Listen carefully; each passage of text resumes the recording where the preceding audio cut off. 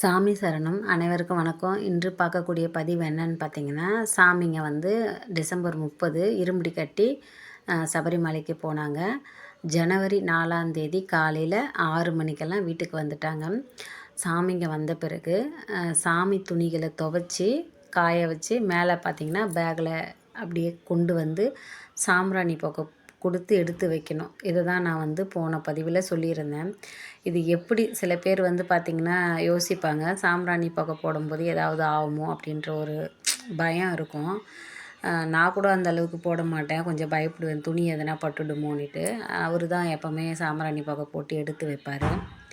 அதனால் நான் வந்து பார்த்திங்கன்னா போன பதிவில் சொன்னதால் இதை வந்து நாம் எப்படி பண்ணணும் அப்படின்றத ஒரு பதிவாக போடணும் அப்படின்னு நினச்சி தாங்க இன்றைக்கி இந்த பதிவை உங்களுக்கு நான் போடுறேன். இது வந்து பார்த்திங்கன்னா புதுசாக மாலை அணிஞ்சு இருமுடி கட்டி போகக்கூடியவங்களுக்கும் யூஸ்ஃபுல்லாக இருக்கும். இது எப்படி போடணும் அப்படின்றது தெரியாமல் இருக்கிறவங்களுக்கும் இது வந்து பார்த்திங்கன்னா நம்ம வந்து கொஞ்சமாக அந்த புகையில் காமிச்சாலே போதும். துணி அப்படின்றதுனால அந்த நெருப்பில் படாத அளவுக்கு நாம் வந்து இந்த சாம்பிராணி புகை போடணும்.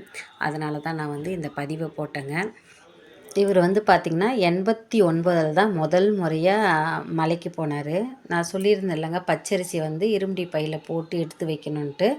அதுதாங்க, அவ்வளோதான். இது போல் நீங்கள் போட்டு வெறும் பையை வைக்காமல் மலைக்கு போயிட்டு வந்த அந்த அரிசியை கொஞ்சம் எடுத்து வைக்கணும்.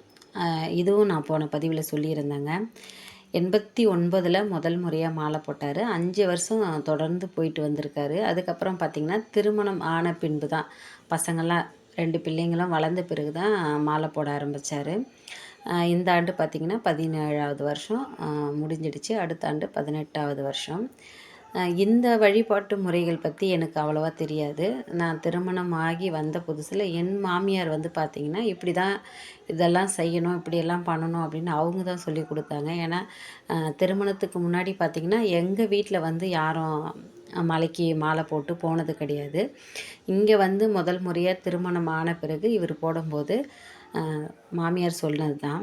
இது வந்து பார்த்திங்கன்னா பிள்ளைங்க கோயிலுக்கு மலைக்கு போயிட்டு வந்தாங்க. 2 பிள்ளைங்களுமே 3 வருஷம், இன்னொரு பிள்ளை வந்து 5 வருஷம் போயிட்டு வந்தாங்க.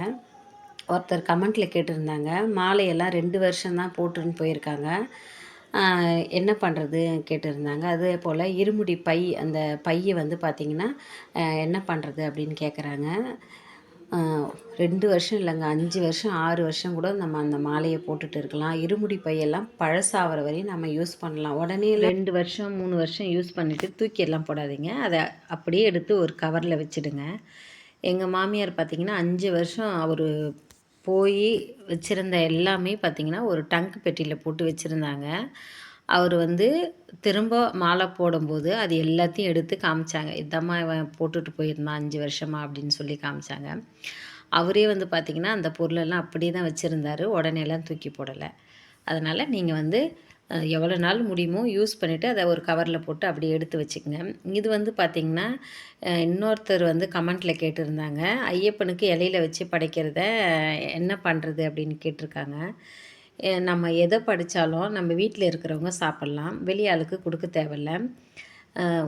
நீங்கள் காலையில் பூஜை பண்ணும்போது வச்சு படைச்சிங்கன்னா அதை நீங்கள் சாப்பிடுங்க, அதனால் எந்த தவறும் இல்லை. கடவுளுக்கு படைக்கிறத நாம் சாப்பிட்டோம்னா நம்ம உடல்நிலை நல்லா இருக்கும் அப்படின்ற எண்ணம் வந்து எல்லாருக்குமே இருக்கும். அதனால தான் சாமிக்கு படைச்சதை நாமளே சாப்பிட்ணும் அப்படின்னு நினைப்போம். காலையில் படிச்சுட்டு சாயந்தரம் வரையும் அப்படியே விட்டுலாம் வைக்காதீங்க. எடுத்து மூடி வச்சுட்டு நீங்கள் இருமுடி கட்டிட்டு வந்த பிறகு உங்களுக்கு இஷ்டம் இருந்தால் சாப்பிடுங்க. அப்படி இல்லைன்னா நீங்கள் வந்து பசுமாட்டுக்கு கொடுக்கணும் அப்படின்னு நினச்சிங்கன்னா பசுமாட்டுக்கு கொடுங்க.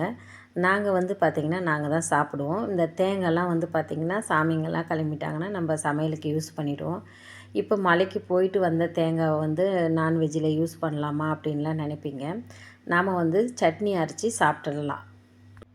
அன்போடு நாம் வைக்கிற எந்த ஒரு நெய்வேத்தியத்தையும் கடவுள் ஏற்றுப்பார். அதனால் உங்களால் முடிஞ்சதை நீங்கள் தினமும் நெய்வேத்தியமாக வைக்கலாம். நான் வந்து பார்த்திங்கன்னா தினமும் வந்து பால் தாங்க வச்சேன். பாலில் ஏலக்காய் போட்டு தினமும் காலையில் மார்கழி மாதம் அப்படின்றதுனால நான் 5 மணிக்கு விளக்கேற்றி வழிபாடு செய்கிறதுனால காலையிலேயே நான் வந்து அவருக்கு பால் ஏலக்காய் போட்டு வச்சு சாமி கும்பிட்ருவேன். அதுக்கப்புறமா மாலை போட்டவங்க வந்து பார்த்திங்கன்னா 7 மணிக்கு மேலே அவங்க சாமி கும்பிடுவாங்க. மலைக்கு போயிட்டு வர வரையுமே இந்த பால் தாங்க நான் வச்சேன். இதை வைக்கணும் அதை வைக்கணும் அப்படின்ற எண்ணம்லாம் இல்லை. காலையில் நம்ம ஐயப்பனுக்கு ஏதாவது ஒன்று செஞ்சு வச்சுட்டு சாமி கும்பிட்ணுன்னு நினைப்போம். முடியாதவங்க இந்த பாலை வச்சு சாமி கும்பிடுங்க போதும். எனக்கு தெரிஞ்ச வழிபாட்டு முறையை நான் சொல்லியிருக்கேன். சில ஊர்களில் பார்த்திங்கன்னா இந்த முறையெல்லாம் மாறலாம். அவங்க எப்படி பூஜை பண்ணுறாங்க அப்படின்றத பற்றி எனக்கு தெரியாது. அதனால் எனக்கு தெரிஞ்சதை நான் சொல்லியிருக்கேன். இந்த பதிவு பற்றி உங்களுடைய கருத்துக்களை நீங்கள் வந்து கமெண்ட் பாக்ஸில் தெரிவிக்கலாம். முதல் முறையாக மாலை அணிந்திருந்தாங்கன்னா அவங்களுக்கு வந்து இந்த பதிவை நீங்கள் ஷேர் பண்ணுங்கள். என்னுடைய சேனல் உங்களுக்கு பிடிச்சிருந்ததுன்னா சப்ஸ்கிரைப் பண்ணுங்கள். தேங்க்யூ ஃபார் வாட்சிங்.